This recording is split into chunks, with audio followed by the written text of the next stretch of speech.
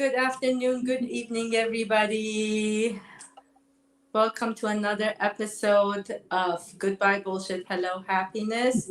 We are your hosts. My name is Atusa, and we have the fabulous Hollis as well. Thank you. And today we're talking about a subject I think that most people can relate to, which is parenting. It's a big one on my list always, as I figure out and navigate and had to be a parent. And I always say that in a um, loving way that Ilya is my kryptonite.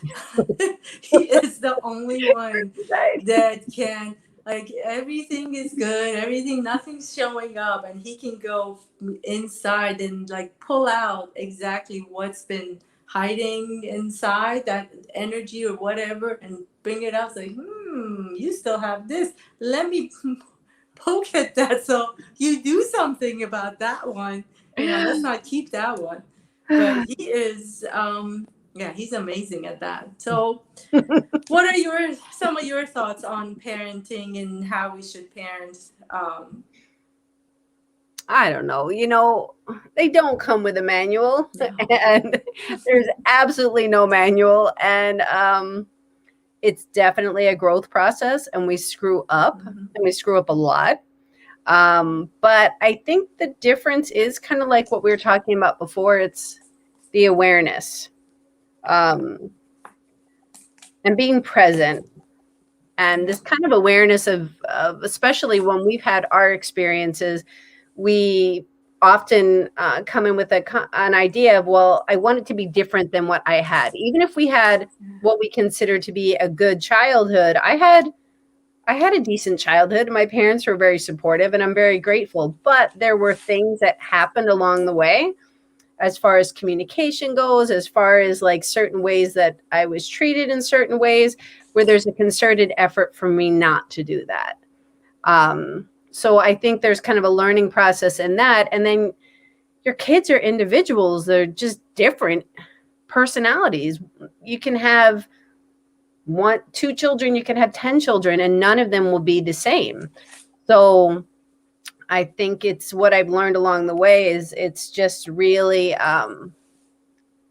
listening, and not saying that I was always the best listener or always am. But I know that as I've gone through my changes in my jobs and all of this kind of stuff, and as I've gotten older and more content with where I am right now, I'm a lot more present, and which makes me a better listener, which makes me not so cranky, which makes me let things roll off quicker instead of having these standoffs. Because before there was a lot of standoffs because I was kind of in a state of like, I don't have time for this. I don't have time for this. And now, even though there's stuff going on and there's busyness, there's a different attitude and a different mindset with it. So their response is different. So I've definitely learned. I mean, we're always learning. But Yeah. How old are your kids again? Now they're 18 and 21. 18 and 21. Mine is 13, soon to be 14. A fun age. But you said some really key point that I love. One is that they come with their own personalities, and it's true. They are their own individuals, and that's something I constantly have to remind myself as well, that I'm not here to fix it. He is here for his own experiences, his own life. And again, something that you said, be aware, be present, and listen. Sometimes it's very tough, but we do our best. That's the other thing. Do your best. I think as parents, I know, for me, being a single mom too, and you're not a single mom, but at some points, everything fell on your shoulders.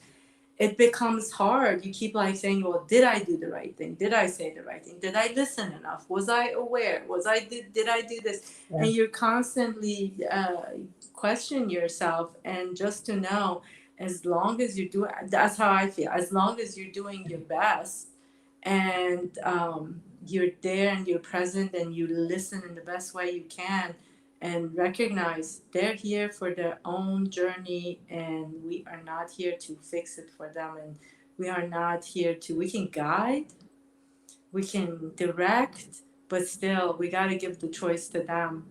At Yeah. least that's how I feel. It's funny. Yeah, so many things that you just said resonated with. One was that, like, I've learned with my daughter, who's the younger one, we've always, of course, the mother daughter thing. At times, my husband will say, "You guys are exactly alike." Like, that's why you guys have these standoffs. But we would argue, and then I need to walk away, and she doesn't. She'd get very upset. She's like, don't walk away from me. You're abandoning me." I'm like, I need to get away from you. Like, do you understand? I need to get away from you right now. But there was this whole like back and forth where I was like, I need to step away. But what I learned was, and there were times where it would be like 2 hours before I'd come back. And we finally, when having a conversation about it, I realized I need to establish a time that I will be back so she knows, so it doesn't escalate more. Yeah, So that's a good one.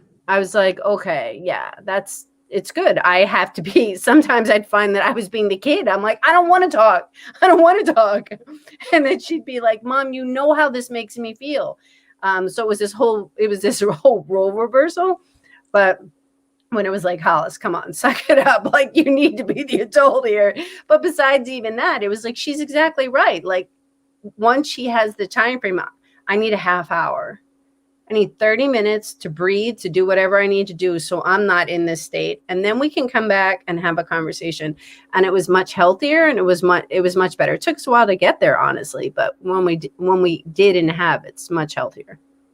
Yeah, it's funny because we have the same thing, that there are times that I just say, it's been a rough day. It's been tough. I've had too many things. I just need a break. Yeah. Let me go sit for like, watch something. Give me 30 minutes and then we can talk. Give me like an hour and then we can talk. Or if our conversation, I see like it's going way too long and I need a break, because there are many times I would just close my eyes and just stand there. And closing my eyes, I found another trick that helps me stay in me and not focus on him and what he's saying and what he's going on. I can Yeah. listen better. Ah. So I would close my eyes. And I told him, I said, listen, closing my eyes doesn't mean that I'm not present. Actually, this way I can be more present and listen to you and hear you better. Because if I'm seeing all that's going on in front of me, then I'll start reacting to that. So this way I can be more present. And Wow. so that's been a thing. But um, it gets, I think the Love that. difficulty also, you and I was talking to you earlier about this, f- parents just in general, there's a generational stuff that has gotten passed down from generation to generation. I think for most part, parents don't come to screw up their kids. They want to do their best, but Yeah. they've got their own shit that, they came. Now, and we carry that forward and then add to that the society stuff that has happened. And I think our timing right now is one of the most difficult times to parent, in terms of social media, in terms of just people, they see all these great things, even for parents, not just for kids, social media. Yeah. Oh, everything is great and everything is rosy and everything, like my Yeah. friend is doing this and that. Well, that's just the blip that you're watching. You're not seeing the whole picture. Yeah. And yeah, I think it's a tough place. And for me, it always has to come back. I'm doing my best. Yeah. I'm doing my best at this moment with what has been given to me. Yeah. Remind him he has choice, and I'm not here to fix it. Actually, Ilya is the one that taught me that one. You're not here to fix it. Because I was definitely at some point a mama bear with even the Right. stuff that had happened. I would just want to go and like protect and shield and be Right. there and tell him like, you need to do this. And he, at one point, he's like, don't fix it. I don't like it when I come to you and talk to you, you try to fix it for me. Listen, be there, but I don't want you to fix it. So I constantly, that's still a big challenge for me. Like my mama bear comes out and I have to like say, we're not fixing it. Let's step back. come back a little bit more. Yeah, but I mean, the fact that you're saying that, it's natural, and I'm curious what men think. Men, if you're listening, chime in and say, because there's very much of it's innate. I Yeah. believe in that we want to protect, that we want to stand, for there are cubs, there are children, and when they get to these ages where they can speak up and have their own opinions and all of this kind of stuff. At one point, my son said to me, we were having a conversation about something, and I was like, who are you? Like, how could you have that kind of thought? Like, who raised you? Where did you come from? And he goes, did you ever think that maybe it had nothing to do about you? But Nice. no, not for What do you mean? It's all about everything me. about me. I'm like, we made you, we created you. It's everything. And he just patiently looked at me and he's like, no. It's like, I am my own person with my own ideas. And I'm like, and that's what we want for them. Like, Yeah. Yeah. like that's what we want. But when they actually get old enough and verbalize and are mirrors for us and put it in our face, we're like, so you can react in a few different ways. You could be like, well, I'm the adult, da da da da da, how dare you? Or you could be like, you're right. Or I'm sure there's many other variations of things, but I was like, okay, you called me on it. Yeah, I think you and I are very similar. Ilya, he's been doing it for a long time. My book chapter dedication was, he's one of the person I dedicated and said he is my best teacher because he constantly reminds me he is his own person. He has his own ideas. Yeah. And he reminds me that I don't get it as well sometimes. It's okay for me to listen, but I don't get it, which he's right. And I noticed that a few days ago, that the way I grew up, first of all, culturally, a big difference from where he grew up and how I grew up. Parenting, very different structures, and all the stuff that I had to go through. I became an adult really fast. I was not a kid at all. And the other day I was noticing he's right. I sometimes, the things I expect maybe that he should know at this point is not so much apparent because he had kid stuff as well. He is a kid and he gets to be a kid, and it's wonderful that he gets that. And I have to realize that, yeah, as much as right now I bring out my kid and, I become silly and play and do all those things. I never was a normal kid that got to play and do stuff and, until much later into my, much down in life. So Yeah. it's different. And I'm glad that they stand up to us, that they tell us, they make us listen. So that's very important. And I know you're the same way. We would not change anything about that. I always tell them, like, I am so happy that you get to stand up and tell me, you know, these things, because even if I might not react in a way right there, I do think about it like he's right. Yeah. So, I think it's like you said earlier, generational stuff. It's there's certain things you decide that are ending with you, and you want to just so I know very much for me there's a lot of paradigms about money and fear and lack and some other stuff, and it's kind of like ends with us. Our kids are both like, and I can see the changes at a much earlier age with them, where I'm like, thank God, yeah.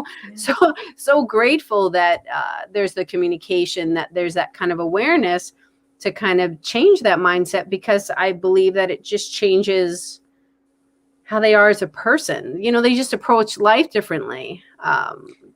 So yeah, Very different. so much This fun. generation is very different. And that's the other thing, even school, to me, schooling is, again, when my generation and culturally, again, everything was about education, and everything was about college and what you study. And there were certain things that just you shouldn't even think about studying.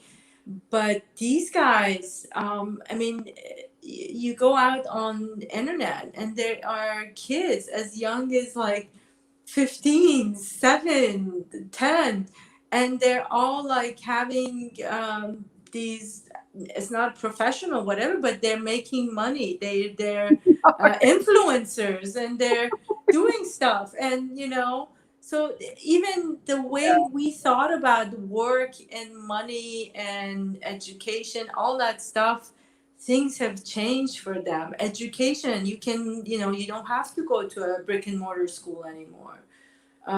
The variety of things that you can study has expanded to an enormous list, and they have So so true. many more choices. So true. And just that whole like traditional schooling, like you're saying, concept, elementary, middle, high school, wherever you in the world are in the world, whatever you call it, go to college, get the job. Now it's so different. I mean, I have to say in our house, like, and it's knowing your kids. I knew our son wasn't a college kid. He's very hands-on. He really, school was like needles in his eyeballs. It's like, why would we like pay for something more where he'd be torturing himself and he just wouldn't want to be there. He needs to be actually doing something. So he traveled a little bit before he actually got into all these different jobs. He went to Costa Rica, he went to Spain, he did like different things, and he like as a person it was just huge because there was also issues going on here with a friend group where we're like, dude, you got to see like a bigger world. Like you have to know that this is not only what there is. And he was resistant, but we got him on board, and it a life changer. And our daughter graduated from high school, was into that whole traditional going to college thing. It was totally stressing her out, so anxious. Like she's like, Mama, like crying, anxiety. She did get into a school. We deferred, but it was like, Sky, why don't you just do what Jared did? Like travel. Like you don't have to be in a school. You don't have to take tests. You can actually like live and have experiences. So she finally relaxed into it, and she was like, but it was interesting because she was like resistant. And then she was like, when she started learning about stuff, she's like, oh my God, I'm so excited now. And I can't believe 6 weeks has gone by. We're actually picking her up on Friday. Oh wow, she's coming And back. Nice. she's coming back, and she's had, I can't wait. We've hardly heard from her, which isn't usually like her, which obviously means she's safe. And we've heard a little bit, but she wants to come back, work, and she's excited to see where she goes to next. So, but it's that non-traditional, I guess, for lack of a better word right now, of I love it. Yeah, I love that. The traveling, I think it's a really big deal, and I hope every kid takes that time to travel, because they're just gonna discover so much about themselves and what they like and the world. It's not just what you see here and what you see on your social media. Yeah. I have a question for you. So, how your advice on if the kids are being resistive to something that is beneficial or you feel is beneficial, how do you get them to shift from into that space that they're willing to see it, at least give it a chance? So I guess I can say, how do we do it on this end? Mm-hmm. Again, it was the listening, it was the showing. These are the Mm-hmm. possibilities, because as we know as parents, the more like Skylar would say, the more you tell me I can't, the more I'm going to want to do the opposite. Like, that. I'm like, I know. She's constantly reminding me of that. So with both of them, it was really a matter of presenting. So let's look at this. Just have a conversation. Just talk to them. You don't have to commit. Like the person who was running the program for where we decided to send them. You don't have to commit to anything. Why don't you just find out about it? Like you already know there's other things going on. So they had the conversation. And then once Skylar had that conversation, she got excited. For Jared, he got excited, but there was still hesitation because he was still connected with his friend group, which there was like guilt and this other stuff of him leaving kind of thing. So we honestly, you know, we went to see a therapist, which he was resistant. But we have enough of a connection and a relationship where we actually went together, and I was in a lot of the sessions, and he had the choice of not having me be in there, but he was like, she can be in here. So I had to say, like, having a third party was helpful in this scenario.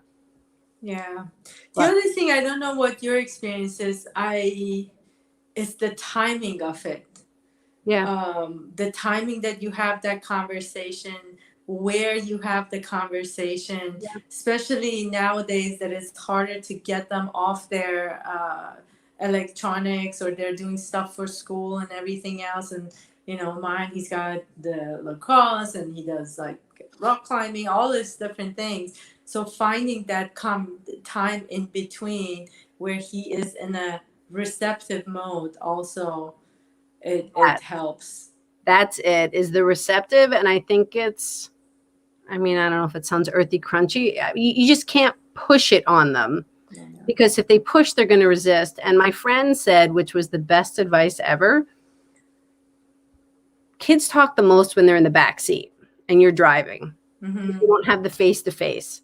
So she's like, more stuff would come out of her son when they'd be in the car than ever expected. And Yeah. I found that too when they're in the passenger seat at a certain, because we're not looking face to face. And there's just more openness. It's kind of more relaxed. And I think you're exactly right. It is timing and it's situation, and it's not confrontational. In order to Yeah, cars is great. I like that one. Um, the other thing I wanted to ask you as well, I know I've thought about this as well, is right now I see there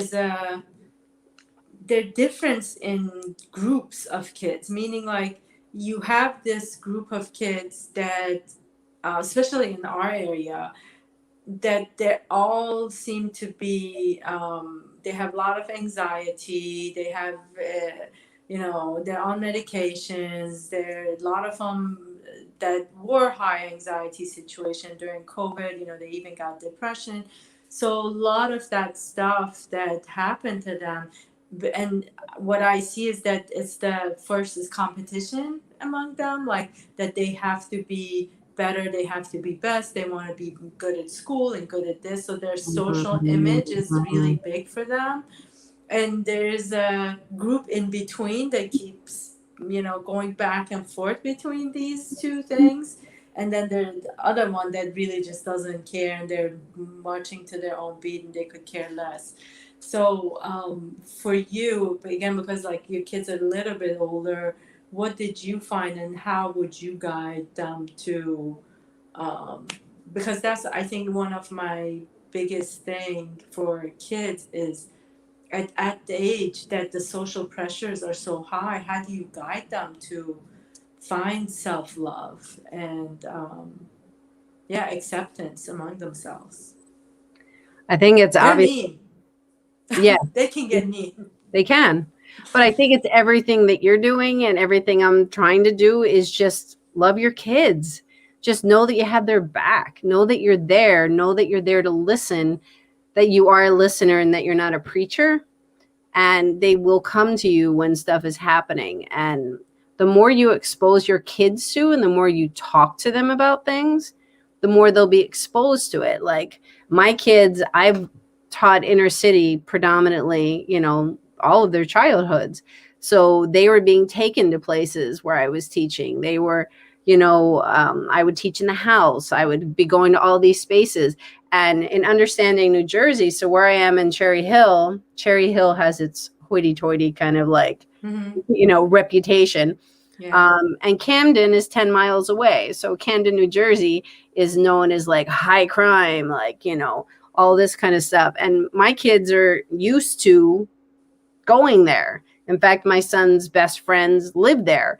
Mhm. And so it's a different mindset. It's a different mentality. So they've always been exposed to more and more culturally diverse. So when Skylar would be here in Cherry Hill amongst her friends and they'd be like, "Oh, you went to Camden?" And she'd say, "Don't talk about what you don't know."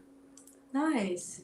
So Skylar would stand up for a wall if the wall needed to be stood up for. Like, it's her personality. But I guess that's a long answer to say is that the more you expose your kids to, the more that you talk to them, the more that they know that you're there to listen, then the more safe they'll be from all of those pressures. One time Skylar wasn't talking for a long time about something, and she just finally broke down, and she's like, I don't know what to do. She was being bullied on social media.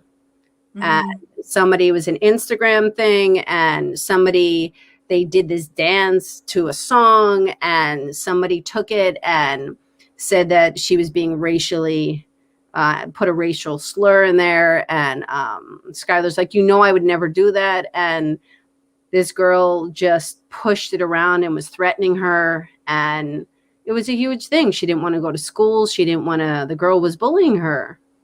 And Skylar didn't want me to say anything to the school. She didn't want to make a big thing. Jared is incredibly protective of her. If he knew that this was going on, that would have been a whole other story. Like, that would have Yeah. been a whole other thing that blew up. So I was trying to protect her, trying to make sure he didn't know, like, this kind of silliness that it ended up blowing over. But it took a little bit for her to come to me. But when she did, and it was also the way my reaction too, I had to figure out how I was going to react, because I wanted to be the mama bear, and I was in the beginning. Like, who do I have to squash? Like, Yeah. what Yeah. do you need me to do here? Yeah. It's tough. It's tough. I'm just for all the parents out there, just know, as long as you're doing your best, really, and like we talked about here, I think you are um, doing your best, listening to them.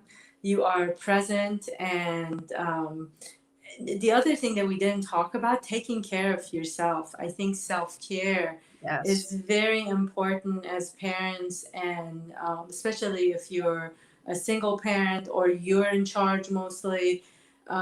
It gets very important, because once you get to a place that you are just tired and you don't have it in you to listen and lots going on, that's when you should remind yourself, okay, I need to take care of myself, because the more you're in a better place, I think, the better you can take care of them. Oh yeah, it's that whole, the kids are so sensitive to how I can make a facial expression where I don't even know I made it, and they'll be like, "What's wrong?" I'm like, "What are you talking about?"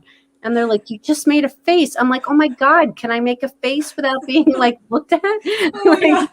I'm so glad I'm not the only one. like, I was just thinking, I just had a thought in my head. It was probably like, "Oh shit, I forgot to do that," or whatever it was. Like, it was just a thought, but it's like they're watching you. So Yeah. basically, we're not perfect all the time. And so it's those moments to be able to say, "Look, I messed up.